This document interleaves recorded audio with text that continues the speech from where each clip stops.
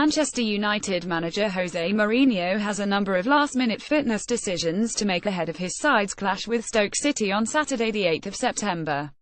Following the international break, United returned to action at the Britannia Stadium, having taken 9 points from a possible 9 so far this season, scoring 10 goals in the process and conceding none.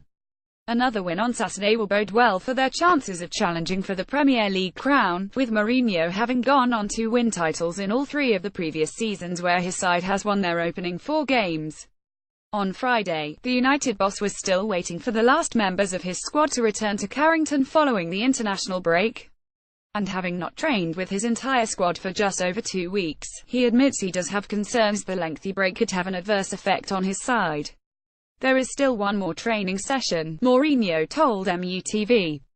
Not every player has reported yet, so today is the first time we are all together. I hope that these 15 days without us being together and working together doesn't affect us too much, Mourinho added at his press conference. I know it will affect us. I know that one thing is a week working with the players and working tactically and going through every principle of play to be ready for the weekend match. Another thing is to have the players away and arriving step by step. I don't even see them all. Today is the first time I see them all together, and obviously today is not a day to work. Today is just a day to make the decision and the selection and to travel to Stoke. But hopefully, we can keep a good level of play. The strength of United's squad will get its first thorough tests in September, with the club's return to the Champions League and a League Cup third-round tie against Burton Albion waiting for them in the coming weeks. Mourinho named almost identical starting size in his first 3 games this season, with the only exception being Anthony Martial's selection ahead of Marcus Rashford in the 20 win over Leicester City last time out. The United boss expects that to change, however, and anticipates every member of his squad getting game time in the coming weeks. The players are ready to play. The decision to leave people on the bench is hard. The decision to leave people at home is hard.